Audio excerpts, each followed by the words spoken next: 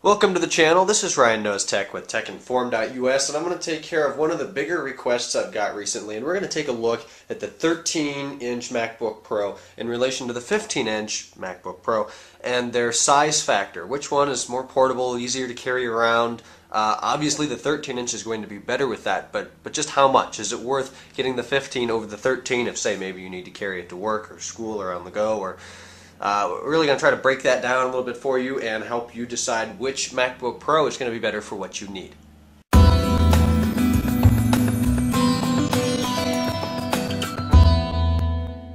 Just having them on top of each other like this, you can see the 13-inch is much smaller than the 15-inch, so that's going to play a big part. Size and weight are two big factors here in terms of portability anyways. The 13-inch is 4.5 pounds. That's relatively light for a laptop computer that packs as much power as it does. This happens to be the 2010, but the 2011 with their i5 and i7 chips are significantly faster. The 15-inch below it is a 2011, and it's 5.6 pounds, so it's 1.2 pounds more. That's not bad, but you do notice it. I'm in high school. A lot of you, my viewing audience, know that. I'm a senior this year. I carried this guy around with me, not this specific one, but I did carry a 13-inch MacBook Pro around with me pretty much every day of my sophomore and junior year. Starting senior year, I have moved to the 15-inch. It has significantly more power. It does everything that I need it to do in about a third or less of the time that the 13-inch took me to do it. But that's the big difference between the Core 2 Duo and the i7 Quad. For those of you who may not know, I've got the 2.2 and SSD and 8 gigs of RAM in both right now. Well, actually, this is 4. No, it's not. They're both 8. Beg my pardon. But being used to carrying the 13-inch and moving to the 15-inch is a noticeable difference. Not only the size, it makes your backpack feel a little bit more bulky. You can't carry as many books or papers or whatever you need to carry in there.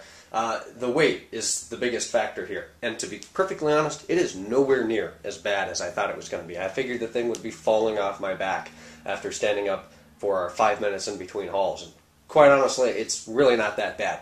If you've got to stand up with it for more than 10 minutes, you're going to have to take it off and put it on the floor. And unless you're walking and stuff, then it'd probably be okay. But it does get tiring. If you need to carry around between many classes in a day, it is possible your 13-inch is going to be a little bit better. But if you're really concerned about the 15-inch being simply too large to carry around with you between campuses, classes, traveling in an airplane, stuff like that, don't be. It's not as bad as I thought. The weight is not a big factor, and neither is the physical size, is it being this much more square, I guess, than the 13-inch.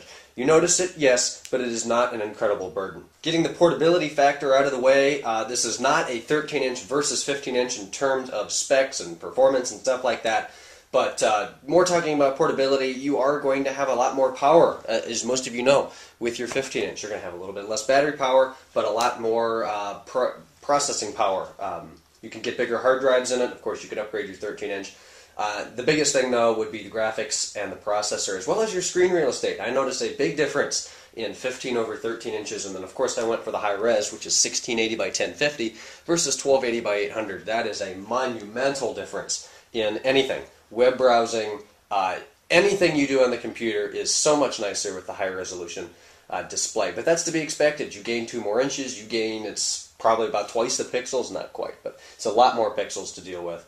The 15-inch is a better computing experience. The 17-inch, however, that is the one that is virtually unusable off your desk. It is way too big. I've never owned one, but every time I go in the Apple store, even still having a 15-inch, I pick it up and it just feels like a semi-truck compared to, say, a 5 series, you know me.